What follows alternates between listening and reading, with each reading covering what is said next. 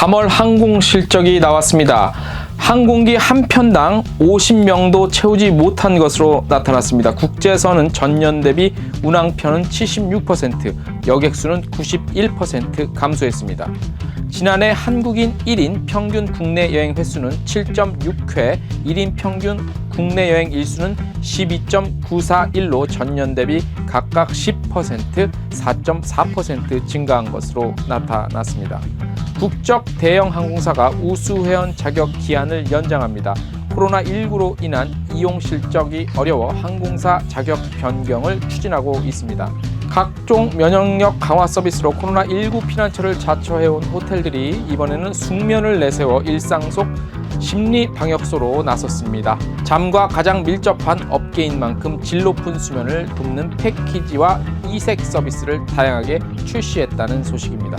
서울시와 서울관광재단은 5월 1일까지 마이스 글로벌 전문가 300명을 공개 모집합니다. 트래블데일리 4월 13일자 동영상 뉴스 시작하겠습니다. 여러분 안녕하십니까? 트래블데일리 4월 13일 한 주간의 시작입니다. 월요일자 동영상 뉴스 시작해 보겠습니다. 오늘은 통계 관련 뉴스가 좀 많습니다.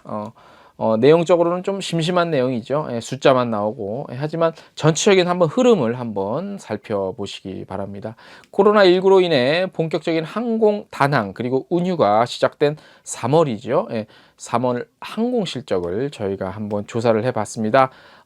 항공 포탈 서비스라는 그 사이트에서 실시간으로 집계가 되는 거죠. 그래서 3월 실적을 보면 지난해 같은 기간 대비 운항은 69.7%, 그 다음에 그러니까 여객인 수, 사람 수는 82.8% 감소를 했고요. 그리고 국내선이 국제선보다 50% 많이 이용했습니다. 그 이용객이. 국내선이 국제선을 50% 이상 앞지는 것은 굉장히 좀 이례적인 일이라고 볼 수가 있고 거의 최처음이 아닌가 싶습니다. 이번 코로나19 사태 영향이 항공업계에 미치는 영향은 예상보다 클 것으로 보입니다. 뭐 당연한 예상이겠죠. 자, 3월 국내선 운항편은 지난해 3월 16,000여 명에서 올해는 7,800여 명으로 감소를 했고요. 국제선 보면 운항편은 작년 3월 44,600 몇 편이었는데 올해 3월만 보면 1,527편입니다. 한 34,000편 운항이 멈췄다고 볼 수 있습니다. 이용 여행객 수 볼게요. 국내선은 지난해 3월은 한 254만 명, 올해는 109만 명, 한 절반 이상 떨어졌고요. 국제선은 지난해 3월 755만 명, 3월에만 755만 명이었는데 올해 3월은 10분의 1도 안 됩니다. 64만 명. 작년 3월 755만 명, 올해 3월 국제선 64만 명입니다. 10분의 1도 아니죠. 그 다음에 3월 주요국 운항편 및 여객수 볼게요. 중국은 지난 3월입니다. 중국은 10만여 명 정도가 이용했고 일본 노선은 7만 명 정도가 이용했고요. 대만은 한 6,000명, 베트남은 1,000여 명, 태국 4만여 명, 홍콩 897명. 야, 이거 너무 어처구니 없는 숫자네요, 다들. 자, 미국 볼게요. 미국은 10만여 명, 캐나다는 2만여 명, 그 다음에 유럽 지역 독일은 만여 명, 프랑스도 만여 명, 괌은 만여 명, 사이판 6,900명, 하와이는 이제 9,600명, 호주도 6,800명. 그래서 비교적 좀 청정지역이라고 알려졌던 괌 사이판은 그나마 조금 있네요. 자, 항공사별로 한번 볼게요. 국적사는 이제 대한항공, 아시아나항공, 뭐 진에어, 뭐 티웨이항공, 제주항공 뭐 이런 거죠. 한국의 항공사들 총 공급석은 10만 7천 편인데 석인데 운항편은 6,468편 됐고, 야, 공급이 10만 석인데 운항편이 6,400. 여객수는 41만 8천여 명. 여객수는 그 다음에 외항사는 총 공급석 59만 5,400 중에서 운항편은 4,059편, 여객수는 22만 9,300여 명. 참 어처구니없는 숫자네요. 자, 이 같은 실적은 운항 항공기 한 편당 평균 50여 명 내외의 여행객이 탑승한 것으로 분석을 할 수 있죠. 뭐냐면 보통 한 200 몇 석, 평균 200 몇 석 정도 되잖아요. 200에서 300석 규모. 여기에 한 50명 플러스 마이너스 알파 요 정도 평균에 50명 평균 50명 정도 타서 왔다 갔다 했다고 보면 돼요. 예. 자, 대부분의 국제선 노선이 본격적으로 운유에 들어간 3월 이후 4월 실적은 더욱 감소할 것으로 예상이 되죠. 예. 왜냐? 3월 초에는 그나마 조금 있었는데 3월에 거의 운유 들어가고, 이게 지금 4월 이제 13일자인데 4월 중순에 벌써 이렇게 됐는데 4월 말부터 조금씩 살아난다 하더라도 빨라야 거의 3월보다 거의 더 감소폭이 크지 않을까, 그렇게 분석이 되고 있습니다. 사상 유례 없는, 우리나라가 1988년 89년 해외여행 자유화 이후에 이 같은 숫자는 참 정말 한 30년 이상 만에 처음인 것 같습니다. 자, 그 다음 소식 전해드리겠습니다. 또 통계 관련한 소식인데요. 지난해 한국인의 1인 평균 국내 여행 횟수는 7.6회 정도, 그리고 1회 평균 국내 여행 일수는 12일 정도 되고요.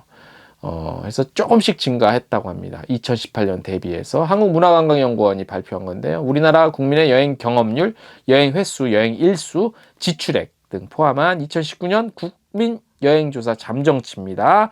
이건 잠정치고요. 6월 되면요 확정치가 나와요. 근데 거의 잠정치랑 똑같습니다. 거의. 예. 자, 국내 여행 경험률은 92.4%, 대부분이 경험했다는 거고, 국내 여행 총 지출은 44조 나타나서 조금씩 증가했고요. 이러한 결과는 2019년 정부에서 실시한 여행 주간 같은 거, 휴가 지원 사업 등, 그래서 국내 여행 활성화 정책의 일부 이제 반영이 된 것으로 보이고, 그리고 이제 일본을 우리가 또 여행 안 가기 운동 했잖아요. 요거 확산으로 일부 이제 해외 여행 수요가 국내 여행 수요로 전환된 것으로 이렇게 분석을 하고 있습니다. 국민의 해외 여행 경험률은요, 말씀드린 대로 소폭 증가했어요. 그리고 1회 평균 여행 일수는 4.7일이네요. 그다음 이것도 조금 증가했고, 1회 평균 지출액은요, 117만 원이래요. 그래서 요거는 조금 감소했어요. 예. 그래서 보면, 그러니까 해외여행의 일수는 조금 증가했는데, 나가서 쓰는 거는 조금 감소했다는 거예요. 그러니까 좀 알뜰해졌다는 얘기지. 쓸데없는 거 안 쓰고, 그랬다는 얘기고, 이거는 또 저번에도 저희가 한번 말씀드렸다시피, 장거리, 그러니까 물가가 좀 비싼 장거리 유럽 지역 이런 데보다는 물가가 비교적 싼 동남아 쪽, 요쪽 증가가 많이 있었다고 이렇게 보시면 돼요. 전반적인 큰 틀에서의 추세는. 예, 그렇게 한번 참고하시면 될 것 같습니다. 자, 그 다음 소식, 아마 오늘의 마지막 소식이 아닐까 싶은데요. 사실, 저희 또 말씀드리지만 데일리가 참, 이게 데일리로 하니까 뉴스거리가 요즘 같은 상황에서 이 여행업계, 항공업계가 거의 멈춘 상황에서 뉴스가 하나가 참 힘듭니다. 하지만 저희 데일리기 때문에 또 안 할 수도 없고 해서 아무튼 뽑아내고 조사하고 서치하고 취재하고 해서 이렇게 보내드리고 있습니다. 좀 양해해 주시고요. 자, 요거는 이제 항공여행정보라는 사이트에서 가져온 뉴스인데요. 국적 항공사들이요, 자사 우수 회원 자격 기한을 연장하고 있습니다. 코로나19 사태로 인해 항공기 이용이 어려워지면서 이용 실적에 따라 유지되는 자격 유지가 어려워졌기 때문이죠. 자, 대한항공 스카이패스의 경우는요, 모닝캄 멤버는 유효기간 2년 동안 대한항공 3만 마일 이상 적립 또는 20회 이상 탑승해 그 자격이 유지가 됩니다. 좀 덜 까다로워졌다니, 왜냐면 항공기 실적이 없으니까 좀 그 자격 유지를 좀 잘 하시라고, 이러면 더 혜택을 좀 드리는 그런 내용이에요.